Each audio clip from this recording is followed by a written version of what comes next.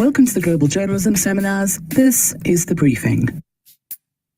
The largest single-day election in history will unfold on February 14th as nearly 200 million voters prepare to cast their ballots in Indonesia. Popular departing President Joko Widodo broke the mold as an outsider in 2014. Now the 2024 election marks a potential generational shift.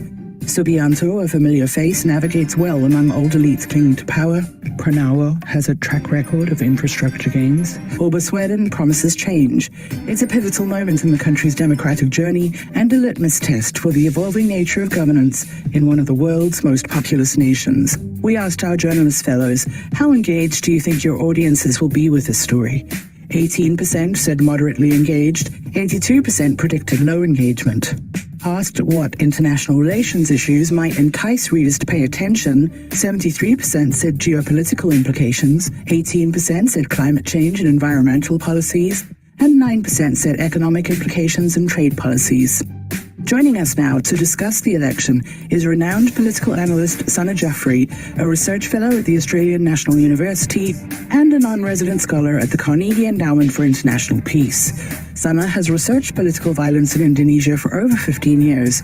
We'll ask her about key candidates and policies, the challenges of disinformation and violence to the democratic process, and what lessons we should be watching for from Indonesia as we go into a year of elections. That's The Briefing. Let's begin. Welcome to the Global Journalism Seminars. If you are joining us on a streaming platform, then you're probably watching a replay because our dear Sana Jaffrey is joining us from 11 hours in the future in Canberra. Sana, if you are ready, you can turn on your camera and sound. There you are. Welcome, Sana. Good morning. Good evening. It's really great to have you. As I mentioned, this is a replay for those joining on a streaming platform, but we have gathered our fellows downstairs and a few brave souls on the Zoom. Well done. And if you're ready, let's get underway. So, Sana, tell us, for journalists who might not be familiar with Indonesia's political history, why is this such an important election for their future? Thanks, Caitlin, for having me. I'm really honored to speak to journalists. I speak with them usually in a different context, one-on-one on stories. So it's really great to sort of have a chat with them and a two-way chat with them about what they think about Indonesia as well. So why is this election important? In many ways, this election is like any other election that's happened in every 5 years. In Indonesia, voters go to the polls. They elect 20,000 legislators for regional and national elections. There are about 250,000 candidates who run for these elections. So these are very vibrant elections. This one is no different in that sense. But it is very important for two reasons. One is that this is the first time that we're seeing an incumbent president, President Joko Widodo, who's in power now, and his term doesn't end until October, trying to exert his influence beyond his two-term constitutional limit. In the past few years, he has tried several times, and his associates, to extend the presidential term limits or extend this particular term in office with numerous excuses. But that has not worked. But now we are in a situation where he is quite clearly backing one candidate who is paired with his son as a vice presidential candidate. So this is unprecedented, and it sort of has important implications for Indonesia's democracy moving forward. The second reason is because this is the election where it seems like Indonesia's past may come into its presence. The candidate that President Joko Widodo is backing, Prabowo Subianto, is a former general in the Indonesian military and also the son-in-law of former dictator Suharto, who ruled Indonesia for 32 years. He was accused of gross human rights violations and was dismissed from the army after 1998 for violence against pro-democracy activists, and was exiled, actually, went into self-exile for some time.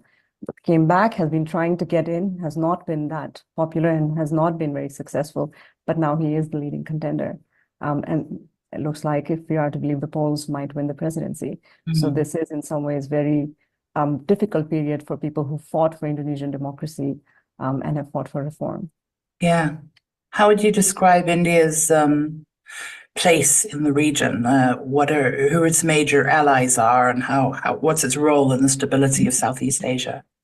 So Indonesia certainly sees itself, and it is the fourth largest country in the world. It sees itself as a leader of the region in many ways, and it acts like it as well. In terms of the key leadership role it takes, usually does through the ASEAN organization, which is a regional organization of Southeast Asian countries. And Indonesia has taken, lead role in a number of regional issues. Most recently, the one that comes to mind is that of Myanmar, even though progress on that has been slow, but Indonesia, and specifically its foreign minister, has played a very key role in trying to shape a collective response to that crisis. And so it does sort of have, thinks of itself as a big brother, so to speak, of the region. And the intention is not to dominate and not to sort of bully, but to build consensus. And so it has sort of pursued those foreign policy priorities quite consistently. Mm. You touched on the kind of topic of democratic regression, which I think is a theme in a lot of elections that are coming up this year, the year of elections that we're in. Let's talk a little bit about more, is that a factor in this race? Should we be concerned about democratic regression in Indonesia? And what does it look like? Yeah. So democratic regression, as you rightly mentioned, Caitlin, is a global trend that we are seeing, not just in developing democracies like Indonesia, but also in much more established democracies like the United States or even in India. And so these are concerns that are global. And so Indonesia is sort of part of that trend in many ways. But in Indonesia, democratic regression might look very different to observers from other parts of the world.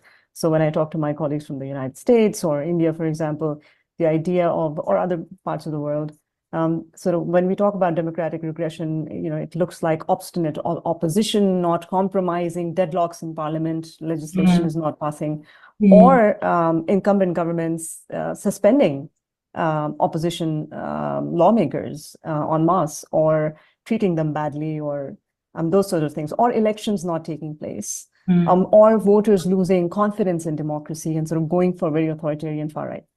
In Indonesia, elections are held routinely. They are mostly free and fair. Observers have noted this. They are free of violence, mostly, to a remarkable extent. And the problem in Indonesia isn't that opposition, is too aggressive or is being targeted. The problem is there is very little opposition in parliament.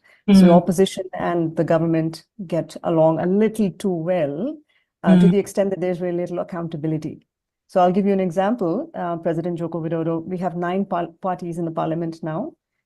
He was opposed by 4 before his election in 2019. And 4 parties later joined him. Out of those 4 parties, then 2 parties later joined him in his coalition to support him, which gave near total control of the parliament and very little accountability. And so this is something that we are seeing as a challenge in Indonesia, that voters can elect whomever they want, but they have very little say in what they do once they are elected. Right. So not polarization, but big party. Yes, big tent. Some people call it promiscuous politics. Like that. So you oppose each other in elections, but then everybody gets in bed together afterwards. Wow. And so it's as if you voted for somebody else, but then they become the minister of the person whom they fought tooth and nail. Right? So there's very little choice in that sense for voters. Yeah. Okay, let's deep dive down into the candidates. That I think there are probably 3 main candidates still in the race. Shall we start with our obvious Subianto, who you've talked about a little bit already? What are the policies that he's representing, and what are the pros and cons? So on the whole, what Prabowo Subianto and his running mate, the current president's son, who's running for the vice presidency, what they're promising is a broad continuation of President Jokowi's policies in terms of economic development, sort of foreign policy, etc. So they're saying, if you want to see these policies continue, vote for us. And that's a very important message because President Joko Widodo's public approval ratings are near 80%, which is also unprecedented for any president who's exiting office. He's very popular. His infrastructure projects have been very popular. His welfare funds distribution projects have been very popular, especially during elections.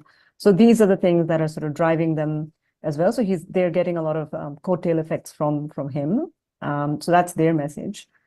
And then you've got the second pair, which is Anies Baswedan and his running mate. They are promising change, but I say this with a, with a bit of hesitance and reluctance because they're also being supported by parties who, until a year ago, were members of Joko Widodo's coalition. So they are promising change in certain things, but their ability to the things that they are now promising to change these are policies that were made with the full support of his coalition partners. Right? And then we've got Ganjar Pranowo, who's third in the polls now. He used to be the leading contender until January of last year. He's very popular governor of East Java. Anies Baswedan is the governor of Jakarta, so very big sort of governors.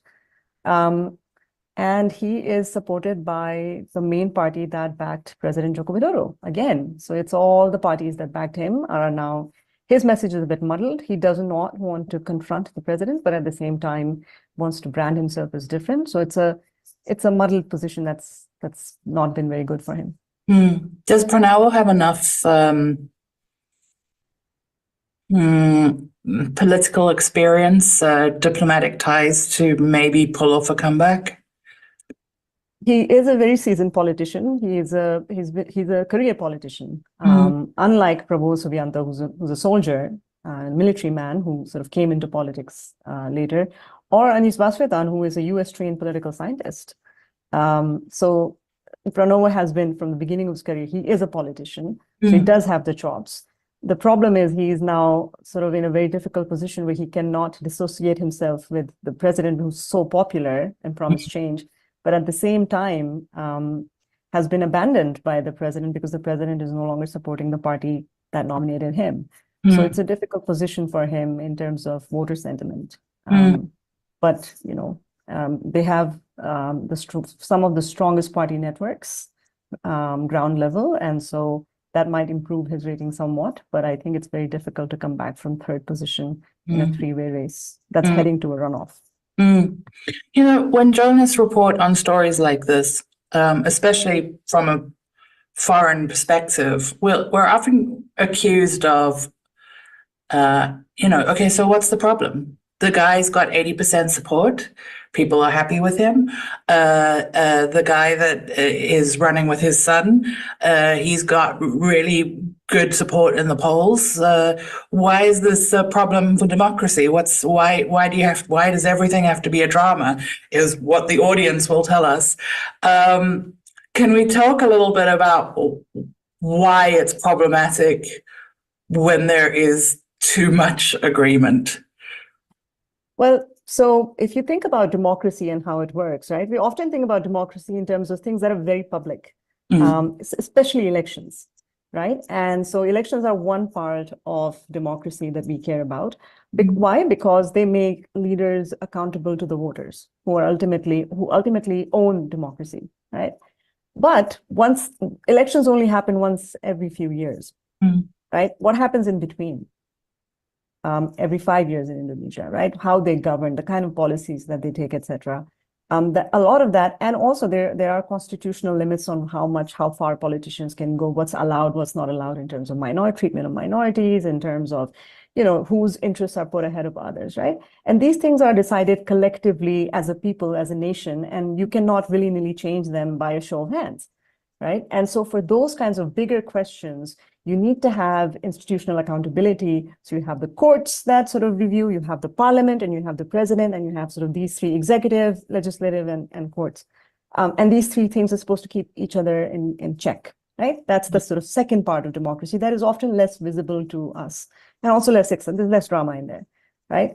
But that's the part of democracy in countries like Indonesia that is suffering, and which makes it very sort of less dramatic, but also not less consequential for the way in which the country is heading. So the answer to why can't we all just get along is we're not meant to all just get along. We're meant to Right. hold each other accountable. That's right. Getting Okay. along too well is often not a good thing. Although I would say that in a country that has a history of communal conflict, etc., like Indonesia, especially sort of earlier on in Indonesia's experience, elections were quite. They did result in sort of, lack of compromise and a lot of bickering and a lot of sort of, and so there is a sense in sort of collective memory about how not getting along is actually threatening. And so if you look at the way that the Indonesian democracy has made rules, they are collective decision-making rules so that disagreement is not too public, because that's the sort of thing that can get the country into trouble. So there are historical reasons for it, but moving forward in terms of, how democracy operates, sometimes if you go too much in the other direction, it does affect, and it has in the past few years resulted in major setbacks for Indonesian democracy. Another thing we say in journalism is follow the money. So let's talk a little bit about that. What role has money played in this campaign, and what do we need to know about who's financed by whom, etc.? Right. So following the money is not very difficult in Indonesian politics in the sense that, a lot of the big name political parties, a lot of the large political parties, especially the ones that came in after the democratic reform, are either owned by, or I'm saying owned and I mean it, have been formed by very powerful businessmen or who have a lot of money, or they have been formed by former very powerful military generals who also have a lot of money. And this is by design, because the rules of creating and registering new parties, they're huge barriers to entry. So, for example, a small labor group just made of ordinary citizens with no backing, no money, no big money behind them, would find it impossible to enter parliament. They might be able to register and campaign, but there's a threshold to enter the parliament. There's all kinds of things that are, you have to show presence. It makes it very difficult for ordinary people to form parties and just get into politics. So money has been very important. So all of these candidates are being backed by big money and big businessmen. That's just across the board true. The other way in which money plays a part in politics in Indonesia, especially in elections, unfortunately, is through vote buying. And there's my colleagues here at the ANU and in Indonesia at the UGM have written terrific books about how this money politics works, vote buying works. What we've seen is a lot of this works in regional elections, so local legislators or local executives, etc. We've not seen a big push for this in presidential elections that are too important and too big to fund in this way. What we are seeing this time are concerns about the incumbent president using his control over state resources to allocate welfare funds in a way that favors his preferred candidate. Interesting. And so build support in that way. Weird question. Where are the women in this race? There are no women at the presidential election level, and those who watch Indonesia are actually quite used to it. So it doesn't seem so strange to us. There are powerful women in politics, though. So Indonesia's largest political party is headed by Megawati Soekarno-Putri, who herself is a former president. So she is a kingmaker in that sense. She's also a lot of other things, but she's also very powerful. And she's the one who's sort of widely credited with giving President Joko Widodo the nomination, even though he was a nobody from nowhere back in 2014, and taking a chance on him. And so she is also credited with being the one person who stood up and say, no third term for you, 2 terms is enough. So in that sense, she's been a very sort of important figure in this whole saga or drama, or however you want to put it. In terms of women candidates in elections, presidential is not the only election. There's also legislative election happening in Indonesia. By law, all political parties have to make sure that at least 30% of their candidates, nominated candidates, are women. And this number has increased to 40%. So 40% of women candidates are registered. But in terms of who gets elected, only 20% of women do. So it's difficult for women to get elected, despite the law. So 20% is less than Asia's average of 24%. And there are a number of reasons for that we can talk about if there's interest in the room. Yeah. I do think there's interest in the room, but before we circle back to that, can we talk a little bit about how has campaigning been around this race, and what are the prospects for a peaceful transition of power?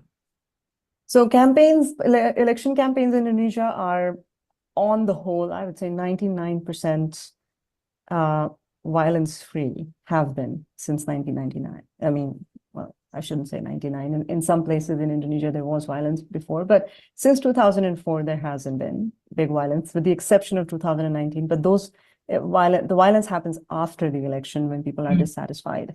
The little violence that we have had. So usually campaigns leading up to the election are quite vibrant.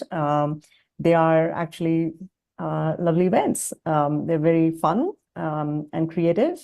Lots of people participate. They're quite open, and lots of distribution of goods and those kinds of things happen. So they're in full swing. Yes, goods, food items, and also T-shirts and all kinds of creative things are hats and headscarves and all kinds of things. So those campaigns the public campaigns are in full swing.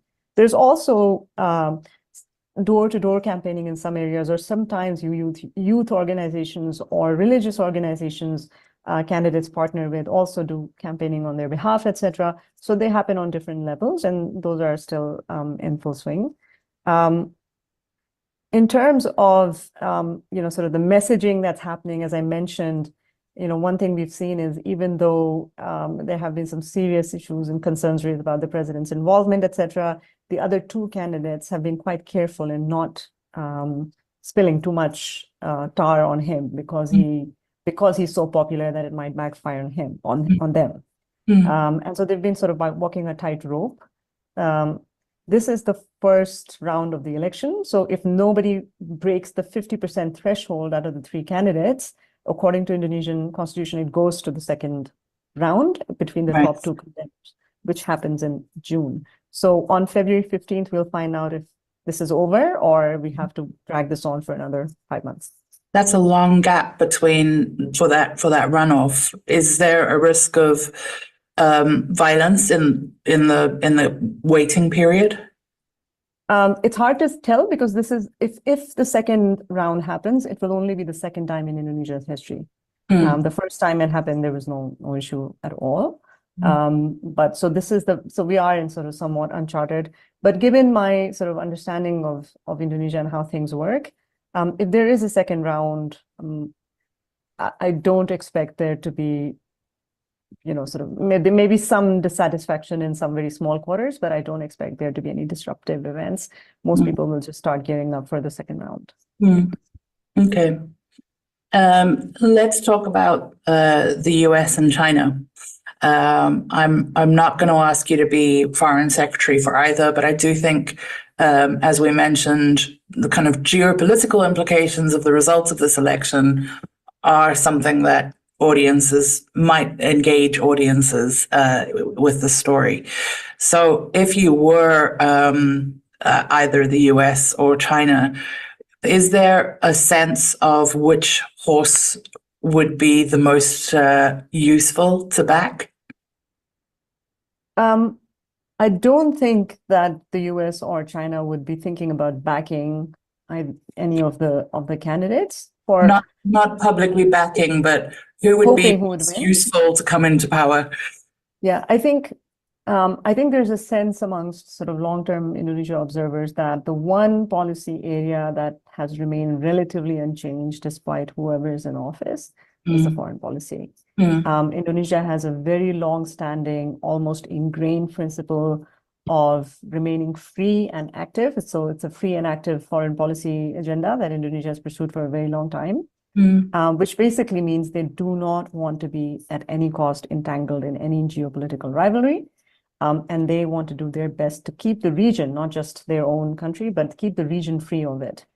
And they don't want to be in a position where they have to pick one side over the other.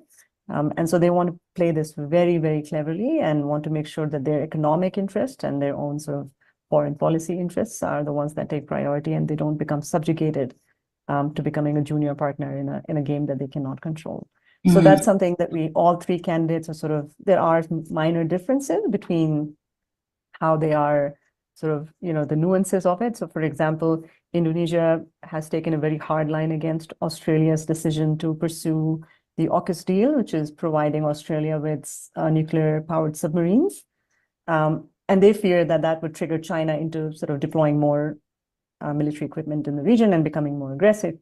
And so they didn't like it, and they made very hard objections to it. And so that's the sort of general mood. But one candidate, such as Prabowo Subianto, might be less opposed to Australia doing something like that. He sort of said it compared to the other two. But those are minor differences. On the whole, they would not want to be, I don't think we're looking at the possibility of a Marcos Jr. coming in and changing the entire game. Right. So I think that's perhaps is a comparison to think about, and the likelihood of that happening in Indonesia is very low. Speaking of Marcos Jr., we recently published a very interesting paper by Regine Cabato from the Washington Post talking about malign influence campaigns that were used in their elections, particularly on social media, to drum up certain narratives. Have you seen anything similar happening in Indonesia? Is social media being weaponized, and has misinformation been a problem in this campaign? So unfortunately, it's just for part and parcel of elections now everywhere, right? It just looks different in different parts of the world. So yes, Indonesia has the highest, one of the highest rates of social media usage, and a lot of the people rely on social media rather than mainstream media for their news coverage, etc. So this is sort of, a way of reaching people, and has been misused a lot. It is part of this campaign as well, for sure. But it's not been, I have not seen it being used to the extent that it was used in the 2019 election, which was highly polarized between people who were supporting Prabowo Subianto and Joko Widodo. That's interesting. So they were rivals in the previous election, and now are allies in this election.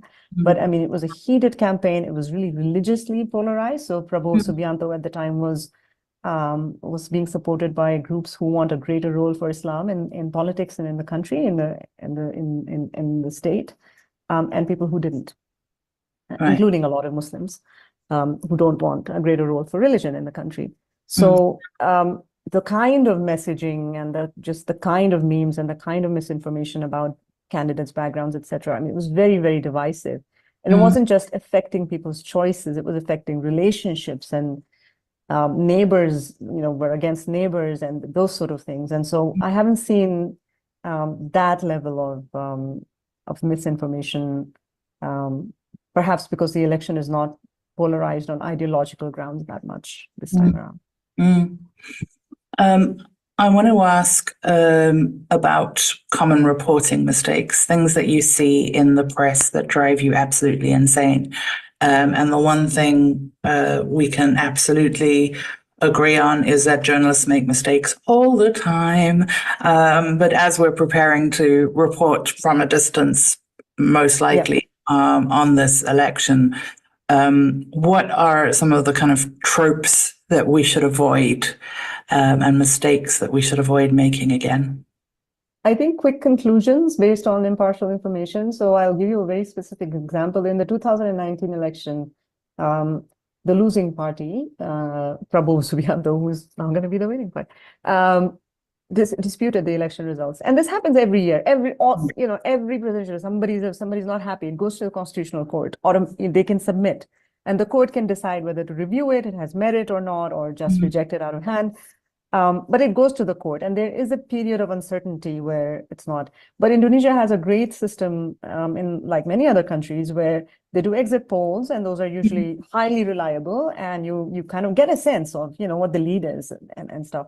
And so there was a time when a journalist sort of election in dispute or something. It wasn't in dispute. It was big victory. It wasn't but somebody was disputing it, which doesn't make the election disputed. So I would sort of be little light-handed with the headlines. A lot of people read that, but then concluded that the journalist had been too quick to sort of accept a story about challenging. So some context in that sense is good. Talking to people who, might be better placed to sort of understand, does it have merit? Is it valid? Is it just a dissatisfaction stories? That is important because it does sort of shape perception of how credible the election is, right? So that's one thing to keep in mind. If there is a period of uncertainty leading towards the second, it will be even more important to sort of, take some stock before writing those headlines. The second thing I find just overall is, there is a certain trend, especially in the Western media, to exoticize certain democratic problems that are actually quite common, right? So there's this headline, I think you might have mentioned it as well, the democracy or dynasty choice, New York Times, yes. a choice between democracy and dynasty. Yeah. I mean, nobody wrote that headline when George W. Bush was getting elected, and there's a certain sort of a description of dynastic politics in Indonesia, and I was reading about the Philippines as well, that makes it seem like it's a tribal place and people are sort of backwards, and it has these sort of tones to it. And the fact is that, a larger percentage of European politicians are connected to a family member who's also a politician. And dynastic politics is not a feature of Asian society or, certain sort of cultural values or anything. It's a feature of power. It's sticky. It sticks to people who have it, right? And then they want to hold it. So looking beyond that, right? Sort of looking beyond how it's, how it's hurtful, how it's harming. In this particular case, sure, the president's son is nominated, and that's not against the law. The problem is that the way that he was nominated was through bending the rules of election age limits. His uncle was in the Constitutional Court. He's the one who issued the ruling, which was later nullified by the ethics committee of the court because it was found to be, unethical and done through irregular procedure. That's abuse of power. That's an abuse of power story, which happens in many places, right? It's not something exotic. It's not something. So I find that finding things that are common problems across democracies and sort of these kinds of situations is helpful, but exoticizing them is not helpful in this day and age. If I can have just 1 minute to say one more pet peeve, I get a lot of requests from journalists to talk about the conservative Islam in elections in Indonesia. And it seems to be the one thing that sort of a lot of people feel that they need to figure out in this election. It's a part of the election. It's not the whole story. And sort of focusing on just the Muslim part in the world's largest Muslim democracy is also not helpful. So sort of looking beyond the narrow issues, I feel that, so should, of course, look at them, but also look at sort of other mundane, boring issues. Yeah. I really like that you said dynasty is a feature of power, not culture. That's going to be a key takeaway for me today. That's a really good one. But also just to avoid the cultural and religious stereotypes is something I think we should all be taking into every election we cover this year. Can we talk also about climate change? Indonesia's in the unenviable position of being in the top 3 at most at-risk countries and in the top 10 polluters. Is this a subject that's being discussed? Are there policies being considered? How important is climate change to this election? So it is, I think, in my memory, I think maybe the first time it has been an issue, actually. It's not the main issue. It's not what everybody's talking about all the time, but it has been a part of the candidates' manifestos. And they have taken positions on it. They're not very ambitious positions. They're not sort of, looking to reverse, years of policies. They're sort of talking about retiring coal plants or sort of reducing dependence on coal plants. Some are, so Anies Baswedan's sort of platform was climate justice, not just change. So sort of indigenous communities in Indonesia who suffer. So they are looking I think for the first time, there is some attention being paid to these kinds of issues in the election. but I don't think anybody has a very clear sort of strategy for it. It's a lot of talk, and so we'll have to see what comes out of it. Another way in which climate change is going to be important, even moving forward beyond the elections, is the way in which it is being sort of reflected by Western countries on Indonesia. So, Indonesia has this sort of agreement with Norway, or the RED. It kind of broke because there was disagreement about how those carbon payments were going to be made, and they were not made. There were also some dispute with the European Union about not importing Indonesian palm oil because it's causing deforestation. And Indonesians are, and so that sort of became an issue in the elections as well, and saying, well, maybe we don't need the Europeans. Prabowo Subianto said this specifically, maybe we're not friends. And so this sort of resource nationalism, or this nationalism tied to Indonesia's resources, is being presented as sort of something that is holding the country back. Like, once again, Western countries are holding us back from reaching our potential after centuries of colonizing us, right? And so that is also part of the narrative. It's not just about finding technical solutions to what's happening. That's the headline story right there. That's the feature that you want to do. Lots of Oslo Accords being broken in 2024. I'm going to go downstairs now to Patricia from Poland. And for those of you joining us online, please do use the Q&A feature to submit your questions for Sana. Go ahead, Pat. Hi, Sana. Am I heard? Yes.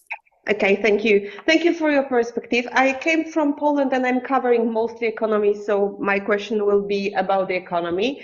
Indonesia is aiming to get a vital economic position, not only in the region, and it has outgrown as a commodities powerhouse.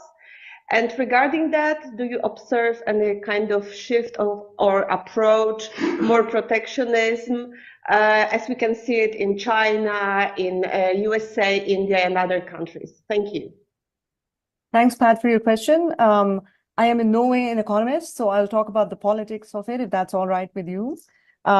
Protectionism has been part of this debate a lot. Specifically, Prabowo Subianto, who is the leading candidate, does sort of slip into this protectionism mode that, we need to protect Indonesians and we need to sort of not import whatever we don't want. We need to be self-sufficient. We don't have to export our commodities to countries who don't value them. So Europe was, for example, one of those things that he mentioned. There has been sort of some protectionism in Indonesia with regards to the nickel mining industry. So Indonesia imposed a nickel ban with hopes that imposing that ban would then lead to would then allow it to develop downstream industries. And so there has been that ban for a while, and the European Union, I understand, is contesting it. So there haven't been sort of a wholesale protectionist policies, and people are worried about Prabowo Subianto because he says these things in public rallies and things like that. But my understanding is that in private, he's less provocative and is more reassuring to people. So it is hard to tell what is rhetoric and what is not. But on the whole, I would be very surprised if Indonesia takes a remarkable turn into a highly protectionist, save the industries that they are trying to protect, like nickel, that they would sort of have a real bend towards protectionism, regardless of whoever is elected. I'm going to, before we go to Umar from Burkina Faso, I have a question from Jack Doe, which I think is a pseudonym. In the event of a runoff with Subianto, which of the other candidates do you think would be most likely to be successful against him? This is asking you not to be an economist, but to be a fortune teller. But perhaps you have an opinion that you'd be willing to share? Yes, so fortunately for that, we have a lot of pollsters who are doing excellent work in Indonesia in terms of taking public opinion and reliable surveys that give us some insight into what happens. So if there is a runoff, right now the situation is we've got three candidates. Prabowo Subianto is in the lead with about 45%, the cutoff being 50. And then we've got Anis Baswedan number 2 at 24, I think. And then there's 20 or 19% for the third one. So that would mean, I mean, if nothing changes dramatically, these two guys will be going into the second round, right? But we also have polls sort of looking at head to head between the two candidates, sort of saying if the election was between these two, who would you choose? And Prabowo Subianto still has a 30-point lead in that. The problem is those are based on an imaginary scenario. When you have this situation where one candidate is out, it really matters how that party, the losing party, decides to mobilize its candidates, its supporters, right? And so if Ganjar is the one who loses out, he's got a huge party infrastructure, and it really matters how Megawati Sukarnoputri, who is the leader of his party, decides to sort of go in which way. There's also the factor of surprise. There's also the factor of, people sort of not realizing that somebody's winning and then sort of shifting their alliances. Campaigning is different in the second round as well. So things can change. But if you just look at the polls now, Prabowo Subianto would win, but it's not a done deal. And that's why they are preparing for a second round. Can I just insert my own, again, weird question? How easy is it to do polling with such a dispersed population, geographically, quite divided by infrastructure? Are polls tending to show a sort of urban bias in their results? And does the rural vote sway things unexpectedly? So Indonesia has, since the elections became such a big deal starting in 1999, before that Indonesia held elections regularly, but they were state managed. One party always won. So Indonesia has a long history of holding elections. In 1999, they were held free elections for the first time in 30 years. Since then, there has been a number of really highly credible and technically sound pollsters and polling companies who have developed techniques to overcome these kinds of barriers and developing sampling techniques that don't let the sample get biased. So in the 2019 election, the last poll that we saw was 0.2% of the final result that was validated by the exit poll results were validated by the court. So by the election commission, sorry. So they are extremely accurate in many ways. There are some concerns about certain groups that don't want to give honest answers.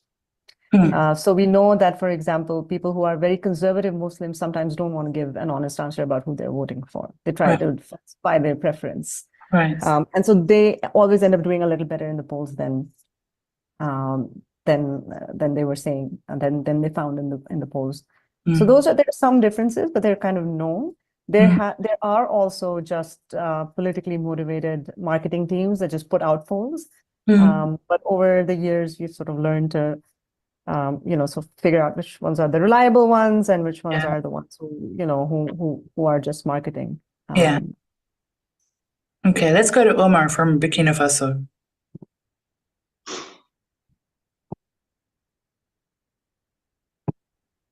Hi, Omar. Go for it.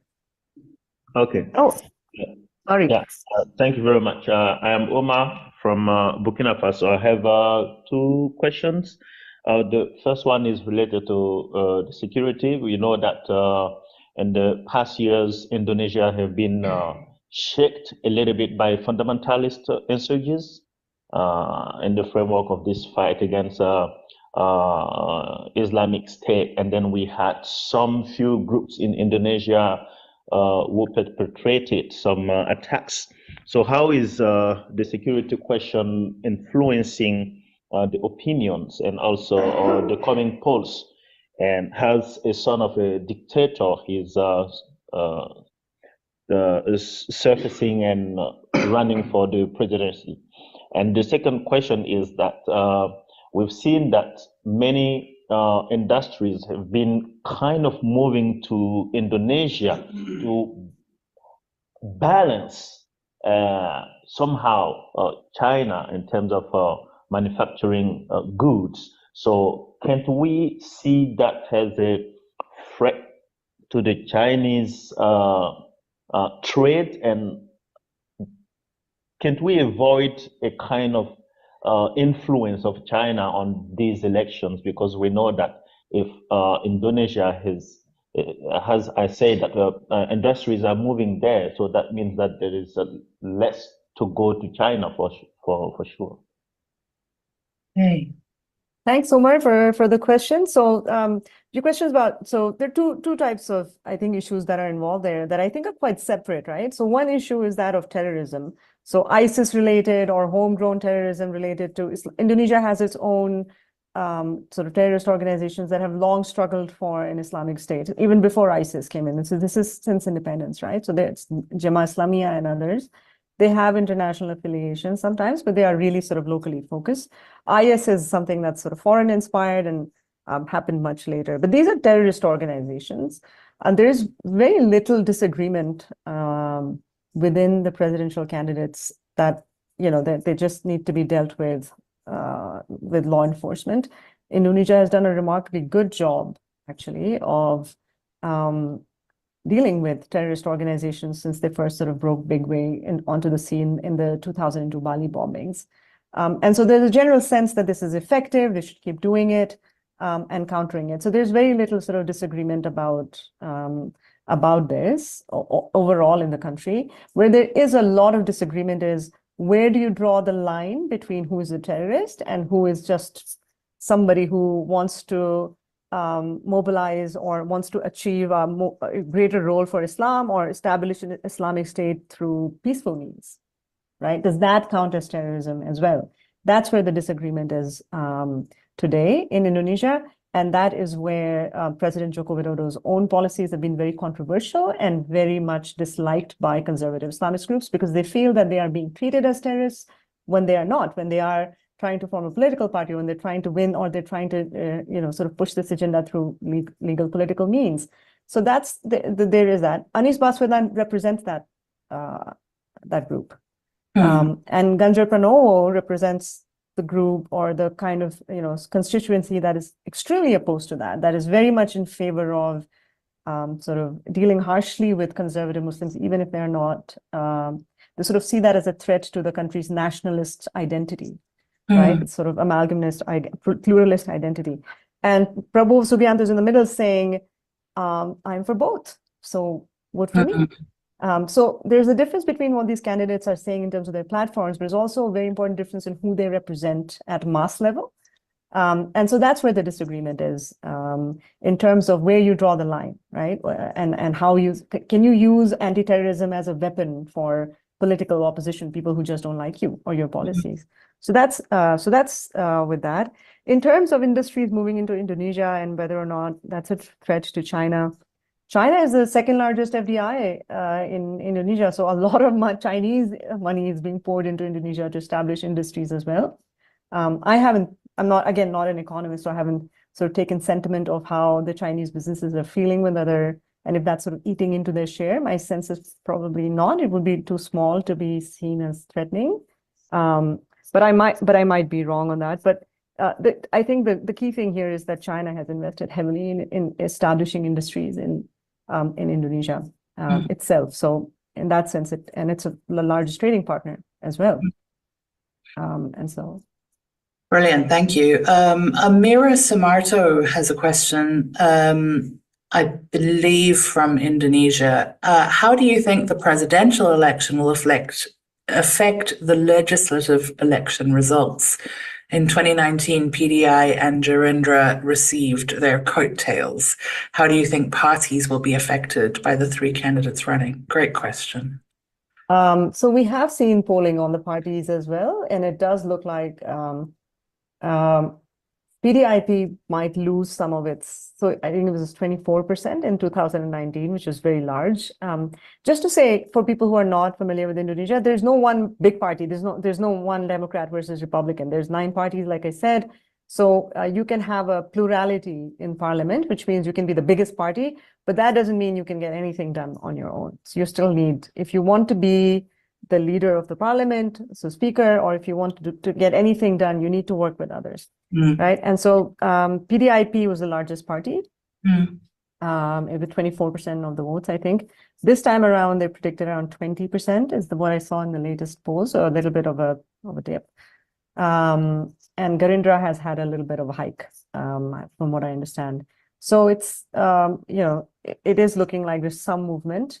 And Golkar, which is the third largest, I think, party, I hope I'm not wrong, is dipping a little bit, and some other parties might be coming up. So it's not I don't think it's going to be huge change.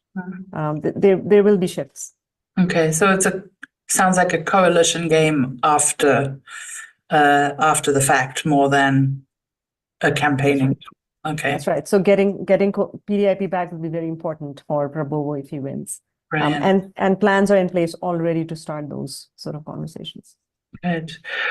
We have a question from Jun in Japan and a question from Heng Chao in China, which kind of complement each other very well. So I'm going to suggest that we take both questions and then answer them together. Jun, do you want to take it away?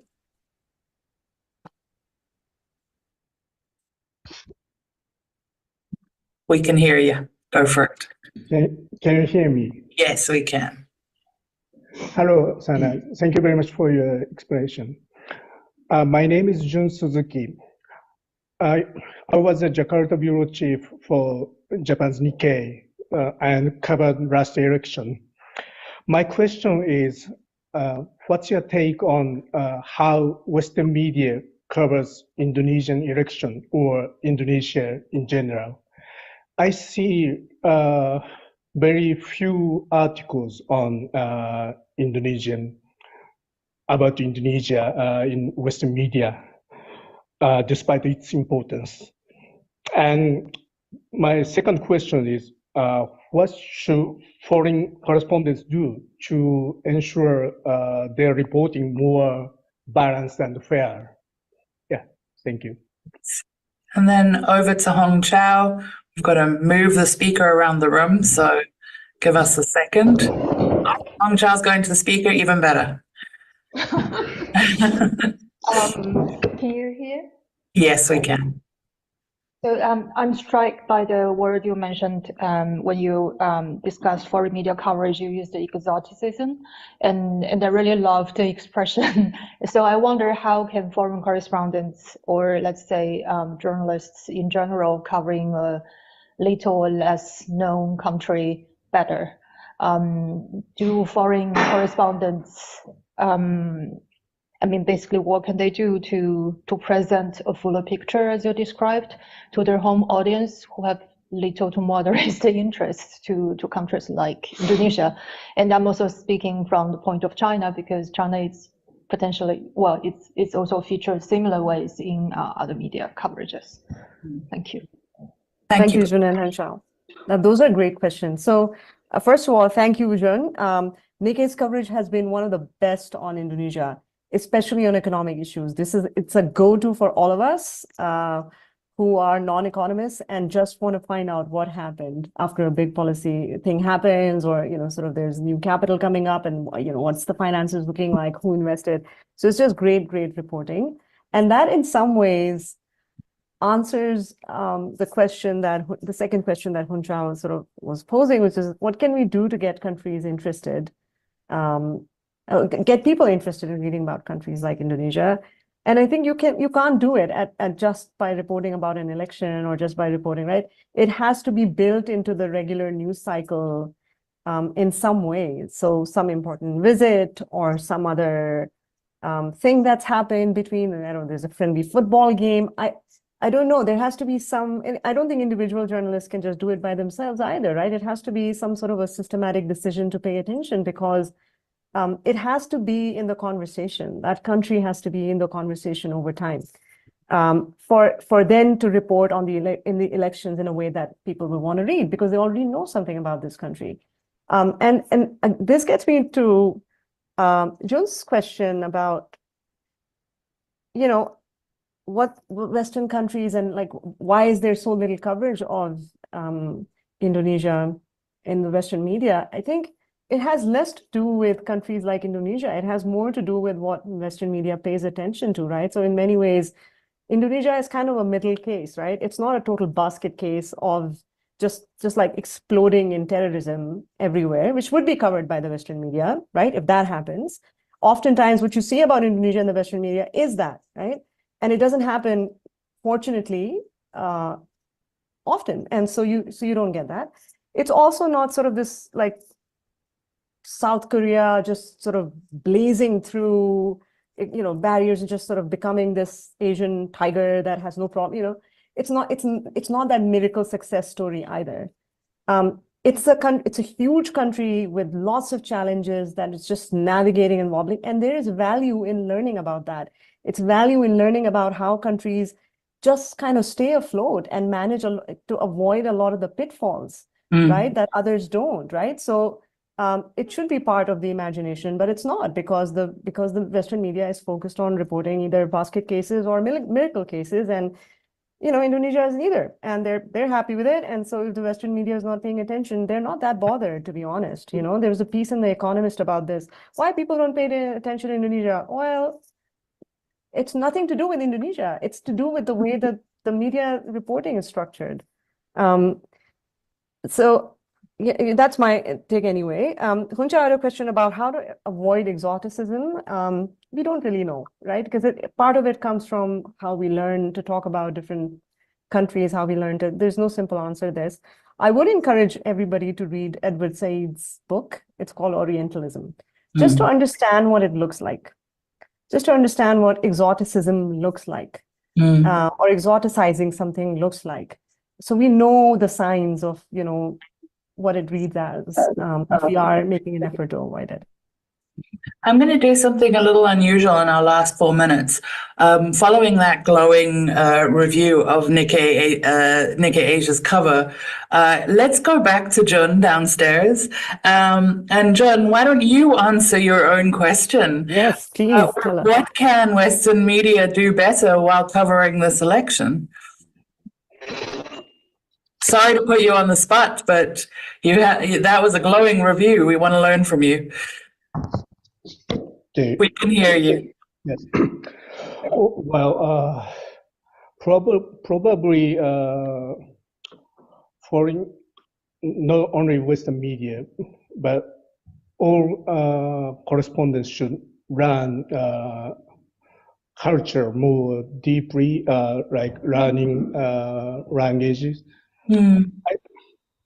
I saw a lot of foreign correspondents who cannot speak a word, I mean Indonesian at all.